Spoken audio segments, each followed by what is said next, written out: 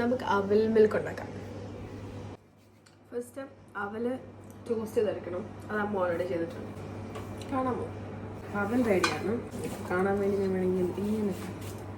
Next നമ്മൾ പഴം smash ചെയ്യാൻ പോകണം. പഴം എടുത്തു. ഞാൻ വിചാരിച്ചു ഇത്രയും പഴുത്തിട്ടില്ലാന്ന് തോന്നുന്നു പഴം. പക്ഷെ കുഴപ്പമില്ല, ഇതെടുക്കാം. സ്മാഷ് ചെയ്യാം. ഇതാണ് ഞാൻ എടുത്തേക്കുന്നത്. ഇനി അത് സ്മാഷ് ചെയ്ത് കഴിയുമ്പോൾ ബാക്കി വരാം. ഇങ്ങനെ വിചാരിച്ച അത്രയും ടൈമൊന്നും എടുത്തില്ല. അതിന് മുന്നേ റെഡിയായി. പാല് വേണം.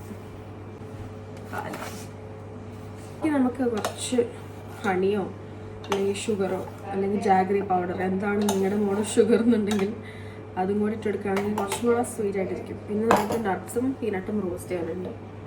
ഇതെല്ലാം കൂടെ കഴിഞ്ഞ് മിക്സ് ചെയ്യാം. ഇതാണ് ജാഗ്രി പൗഡർ. ഷുഗർ പോലെ നമുക്ക് റീപ്ലേസ്മെൻ്റ് ആയിട്ട് യൂസ് ചെയ്യാം.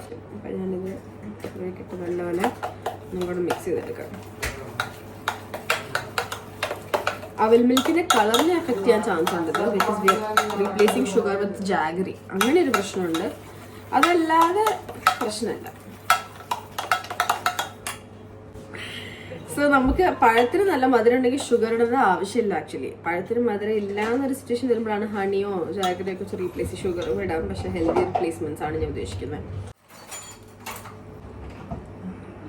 നെക്സ്റ്റ് സ്റ്റേജ് പീനട്ടും എന്തൊക്കെ നട്ട്സ് ഉണ്ടോ അതൊക്കെ എടുത്ത് റോസ്റ്റ് ചെയ്ത് വെക്കാം.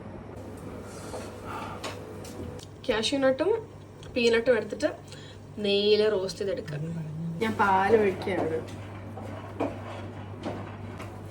അവലിടാണ് ഞാൻ. അത് ഇങ്ങനെ ആയിരിക്കണം, നിങ്ങൾക്ക് കാണാൻ പറ്റില്ല. റോസായ പീനട്ടും കാഷ്യൂ ഇതിലേക്കാണ്. ഇതാ